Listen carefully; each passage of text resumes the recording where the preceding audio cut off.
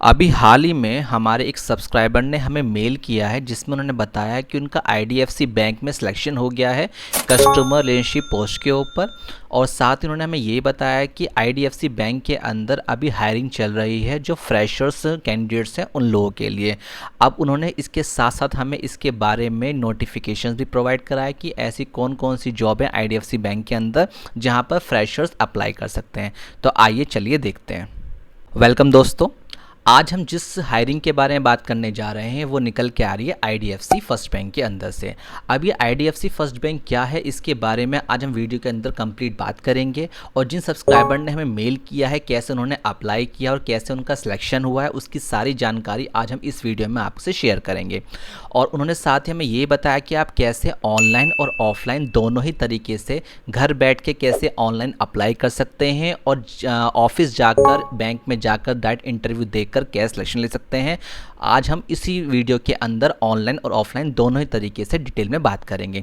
तो जो चैनल में पहली बार चैनल को लाइक करें, सब्सक्राइब करें, नोटिफिकेशन को ऑन करें ताकि जब भी मैं ऐसी जॉब से वीडियो लेकर आऊँ सबसे पहले नोटिफिकेशन आपके पास जाए और आप उस वीडियो को देखकर अपने सपनों को पूरा करें। तो बिना वेस्टिंग ऑफ टाइम के चलिए शुरू करते हैं पहला स्टेप कि ऑनलाइन तरीके से आपको कैसे अप्लाई करना है वो भी घर बैठे।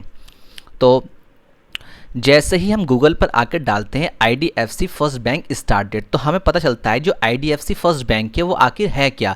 आईडीएफसी फर्स्ट बैंक जो स्टार्ट हुआ था गूगल बताता है कि 1 अक्टूबर 2015 को स्टार्ट हुआ था, जिसने अपने 23 ब्रांचेस एमपी, दिल्ली, मुंबई, हैदराबाद, बेंगलुरु और इन सभी जगह पर अपनी स्टार्ट की हैं। और अभी हाल ही में आईडीएफसी बैंक ने लॉन्च किए 100 ब्रांच इन होर्नई कर्नाटका।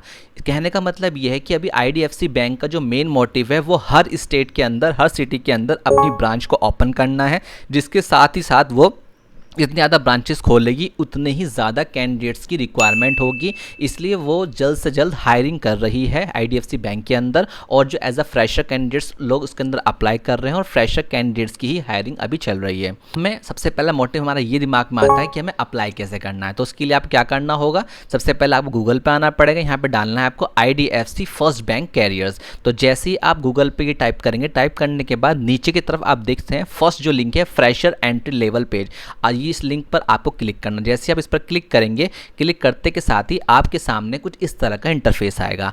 आप देख सकते हैं हम आईडीएफसी फर्स्ट बैंक के ऑफिशियल वेब पेज पर हैं जहां से ऑल ओवर इंडिया जितनी भी वैकेंसी निकलती हैं उसकी सभी जानकारी आपको इस पेज पर मिल जाएगी।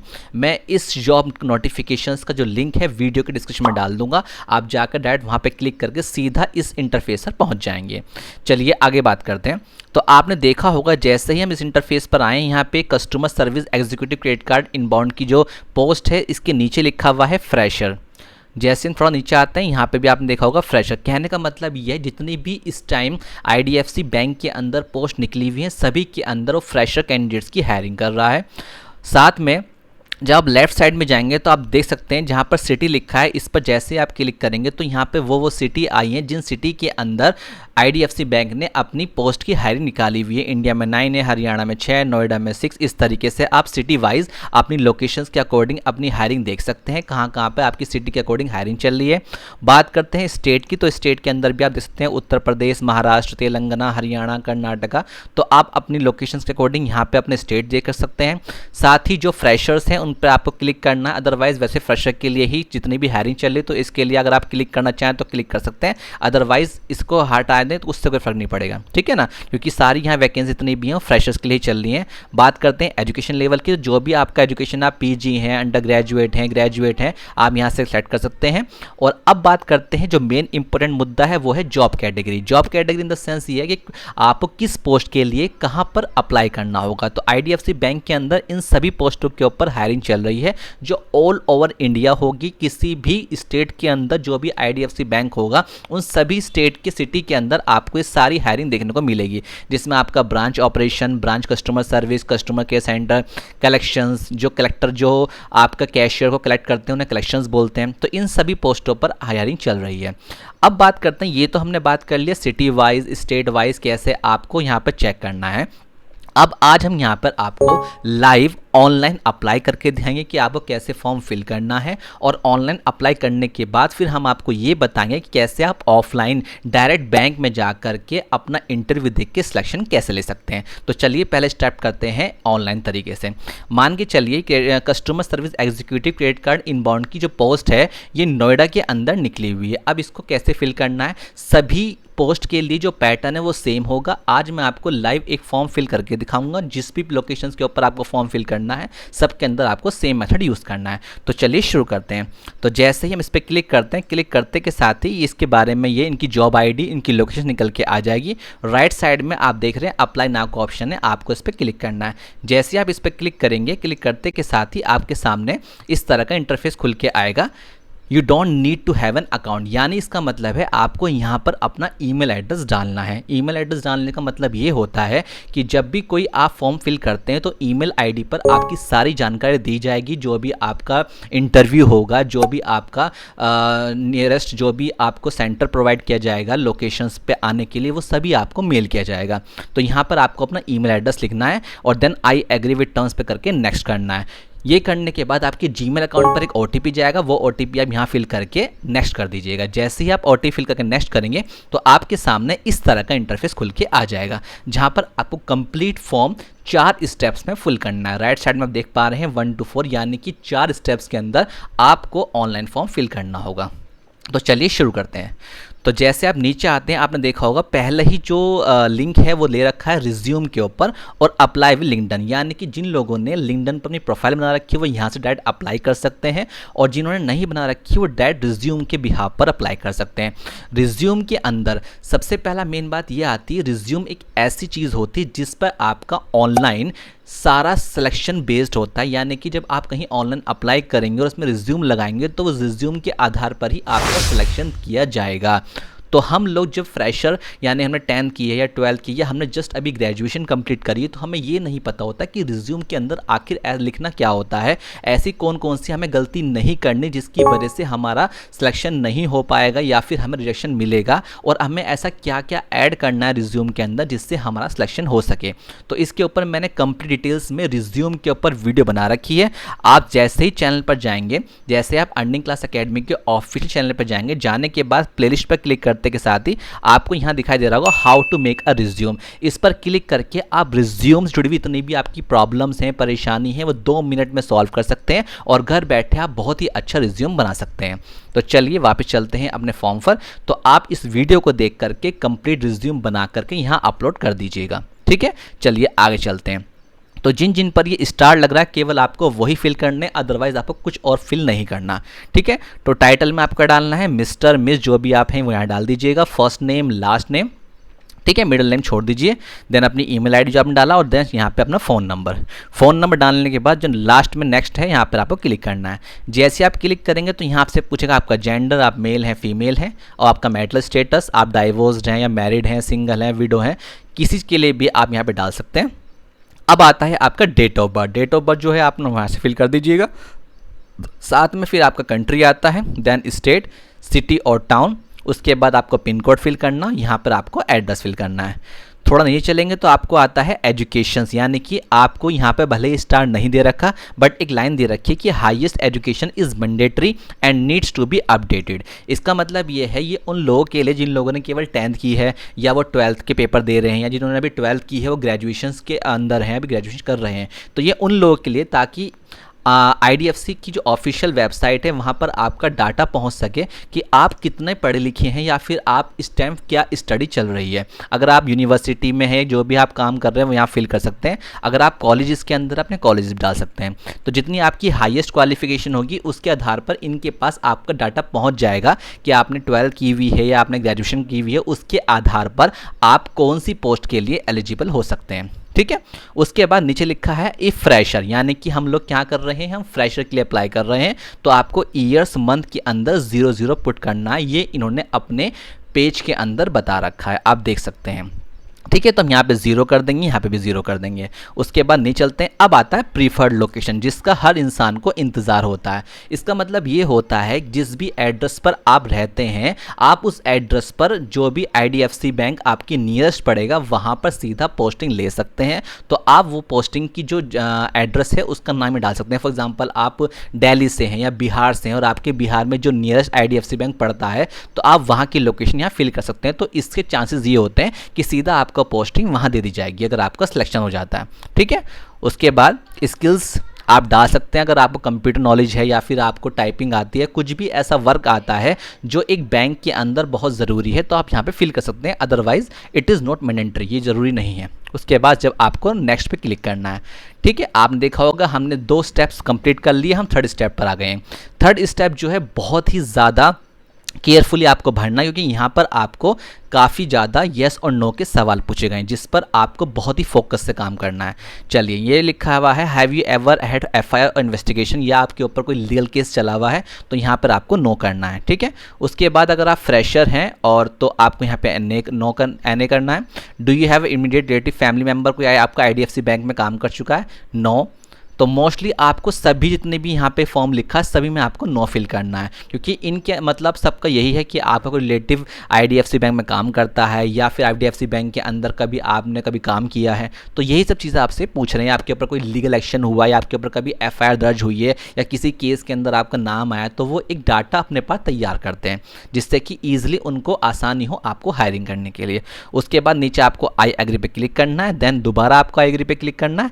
ठीक है, उसके बाद आपको करना है अगला स्टेप नेक्स्ट। जैसे ही आप नेक्स्ट पे क्लिक करेंगे तो फाइनली आपको, अगर आपने वहां पे रिज्यूम अपलोड नहीं किया गया होगा तो आपको यहाँ पे रिज्यूम अपलोड करना है। और रिज्यूम के अंदर क्या क्या चीज़ आपको ऐड करनी है वो आप वीडियो में जा करके प्लेलिस्ट पे क्लिक करके, जो भी मैंने अभी आपको फोल्डर बताया था अर्निंग क्लास अकेडमी के ऑफिशियल चैनल पर जा करके, जो मैंने अभी आपको स्टार्टिंग में बताया था, यहाँ जाकर प्लेलिस्ट पे जैसे आप क्लिक करेंगे, क्लिक करने के बाद सिर्फ आपको ये फोल्डर खोलना है और इसके अंदर जितने भी वीडियो हैं उनको देखने के बाद मैं आपको गारंटी दे रहा हूँ कि रिज्यूम से जुड़ी हुई आपकी जितनी भी परेशानियाँ हैं वो सब खत्म हो जाएगी, ट्रस्ट मी। ठीक है ना, तो आप यहाँ से इस वीडियो को देख करके अपना रिज्यूम बना करके यहाँ पर अपलोड कर दीजिएगा, दैट्स इट। फिर थोड़ा नीचे चलते हैं, उसके बाद यहाँ पर आता है आपका पासपोर्ट साइज़ फ़ोटो, जो भी आपके पास फ़ोटो होगा उसको फ़ोन से क्लिक कीजिएगा और सीधा यहाँ पर अपलोड कर दीजिएगा। देन उसके बाद आई एग्री, इन दोनों पर ही आपको क्लिक करना है। ठीक है, उसके बाद लास्ट में आपको अपना नेम डालना है सिग्नेचर की जगह और देन यहाँ पर आपको करना है सबमिट, दैट्स इट। यहाँ आपका ऑनलाइन काम ख़त्म होता है। यहाँ मैंने आपको कोई नई बात नहीं बताई है कि ये कोई बताया था आपको, ये ऑनलाइन तरीका था जिसमें आपको अप्लाई करना था। आपने यहाँ तक काम कंप्लीट कर दिया। अब आपके माइंड में क्वेश्चन ये आ रहा होगा कि सर चलिए ऑनलाइन तरीका आपने हमें बता दिया, अब कैसे हम डायरेक्ट IDFC बैंक में जा करके ऑफलाइन कैसे अप्लाई कर सकते हैं और ऑफलाइन कैसे इंटरव्यू दे सकते हैं। चलिए उसके बारे में बात करते हैं। उसके लिए हम सीधा गूगल पर आएंगे और टाइप करेंगे गूगल। ठीक है, अब मान के चलिए हम लोग IDFC फर्स्ट बैंक, अब आपको ये डालना है। जब आप गूगल पे जाएंगे तो आपको ये देखना, सपोज़ कीजिए आप बिहार से हैं या आप दिल्ली से हैं, मैं दिल्ली से बिलोंग करता हूँ, तो मैं चाहता हूँ कि जहाँ मैं रहता हूँ वहाँ आसपास जितने भी IDFC बैंक हैं मुझे उनकी लिस्ट मिल जाए। तो IDFC फर्स्ट बैंक इन दिल्ली, मैं जैसे ही अपनी लोकेशंस के अनुसार यहाँ पे टाइप करूँगा तो मेरे सामने वो सब लोकेशंस आ जाएंगी जहाँ जहाँ पर IDFC बैंक इस टाइम मौजूद हैं। तो सपोज़ कीजिए मैंने ये फर्स्ट वाले पे क्लिक किया, फिर क्लिक करते के साथ ही मेरे सामने आप देख पा रहे हैं राइट साइड में IDFC फर्स्ट बैंक का लोगो बना हुआ है और साथ ही नीचे की तरफ उसका एड्रेस दे रखा है।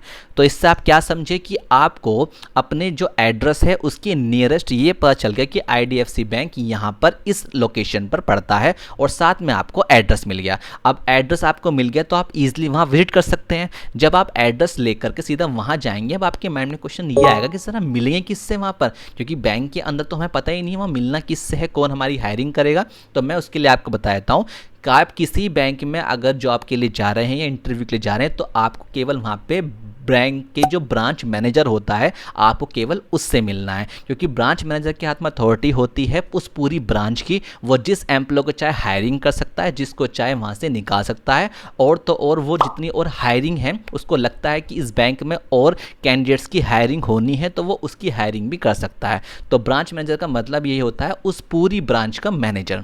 ठीक है, तो ब्रांच मैनेजर से आपको जाके मिलना है।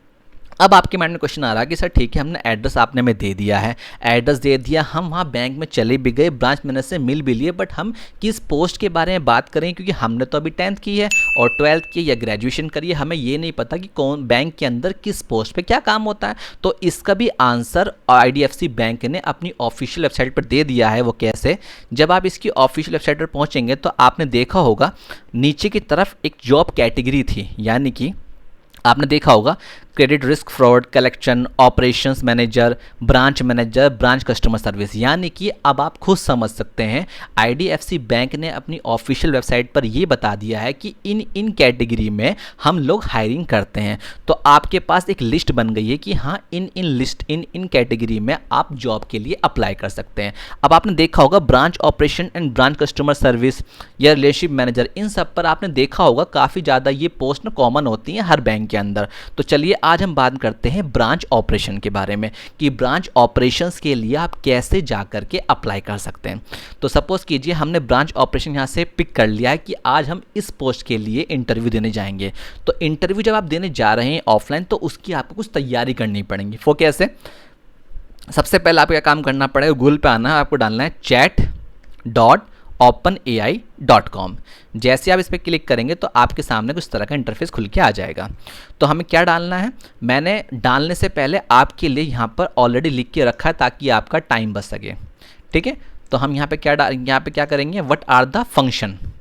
यानी कि इसका मतलब क्या है कि ब्रांच ऑपरेशन जो पोस्ट है जिसके लिए हम जा रहे हैं उसके आखिर फंक्शन क्या होते हैं। क्योंकि जब आप खुद सोचिए, जब आप कहीं इंटरव्यू देने जा रहे हैं, अगर आप एम्प्लॉय की तरह सोचेंगे तो आप 90% फेल हो जाएंगे। आप ये सोच के जाइए कि मैं उस कंपनी का मालिक हूँ और मुझे एम्प्लॉय को हायर करना है। तो जब आप मालिक की तरह सोचेंगे तभी आप एम्प्लॉय के तौर पर अच्छा प्रदर्शन कर पाएंगे, अच्छी परफॉर्मेंस दे पाएंगे।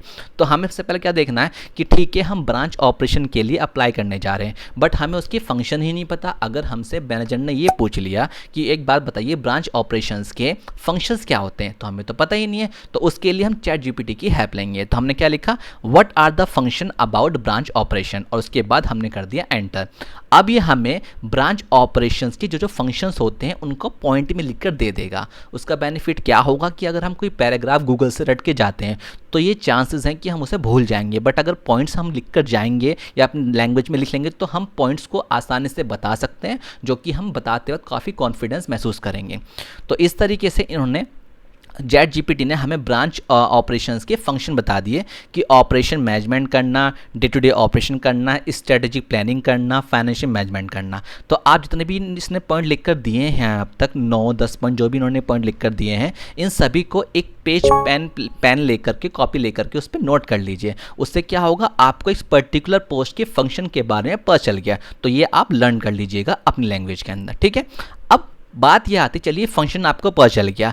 अब ये पूछने लगा आपसे कि बताइए ड्यूटीज़ क्या क्या होती हैं। चलिए काम तो बता दिया आपने कि बैंक ऑपरेशंस के ये काम होते हैं। अब इसकी ड्यूटीज़ क्या होती हैं वो भी हम देख लेते हैं क्या होती है। तो हम क्या करेंगे, इसको यहाँ से कॉपी करेंगे और देन हम यहाँ पर आकर के इसको करेंगे पेस्ट, और फंक्शन हटा करके हम यहाँ पूछेंगे कि ब्रांच ऑपरेशन की आप हमें ड्यूटीज़ और बता दीजिए।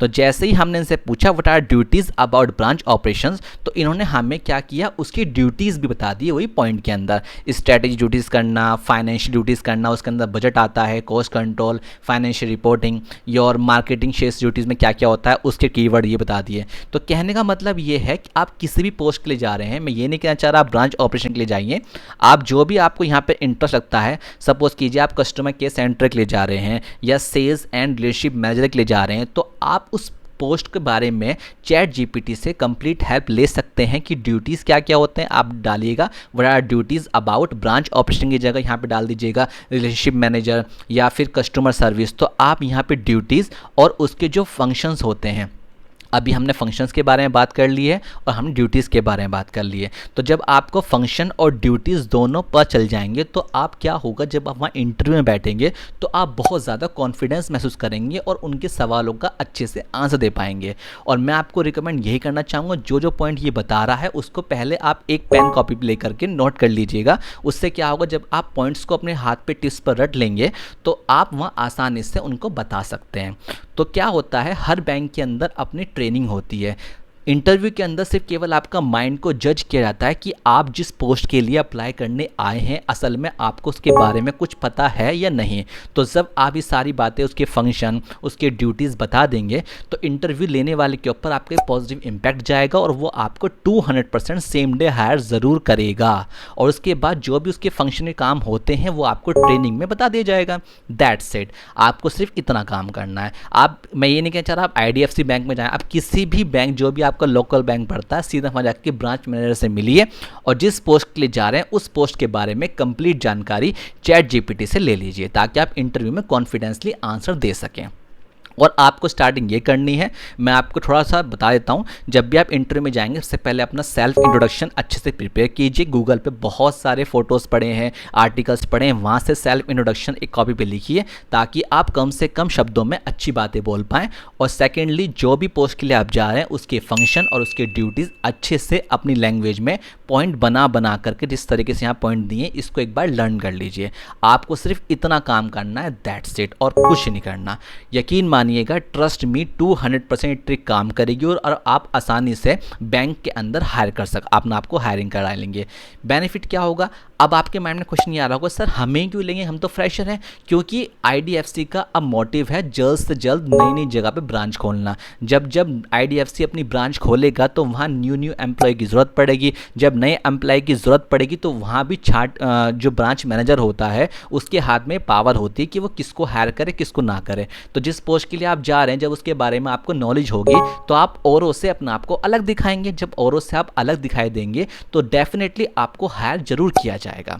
तो बस इस ट्रिक को आप अपना लीजिएगा तो आप ऑनलाइन और ऑफलाइन दोनों में ही कामयाब हो जाएंगे।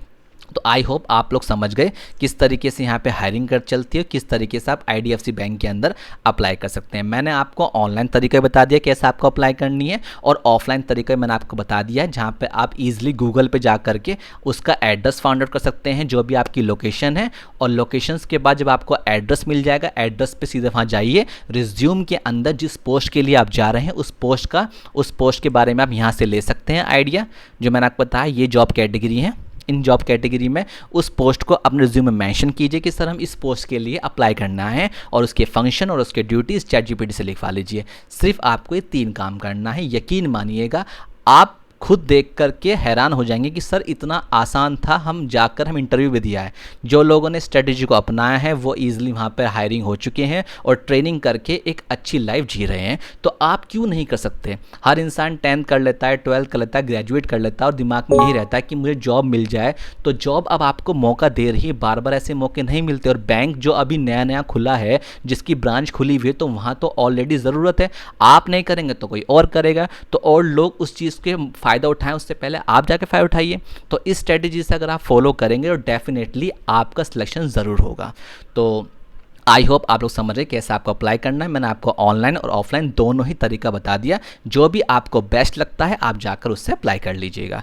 सो जो लोग चैनल पहली बार, चैनल को लाइक करें, सब्सक्राइब करें, नोटिफिकेशन को ऑन करें ताकि जब भी मैं ऐसी जॉब से वीडियो लेकर आऊँ सबसे नोटिफिकेशन आपके पास जाए और आप उस वीडियो को देख करके अपने सपनों को पूरा कर सकें। Thank you so much, take care, tata, bye bye.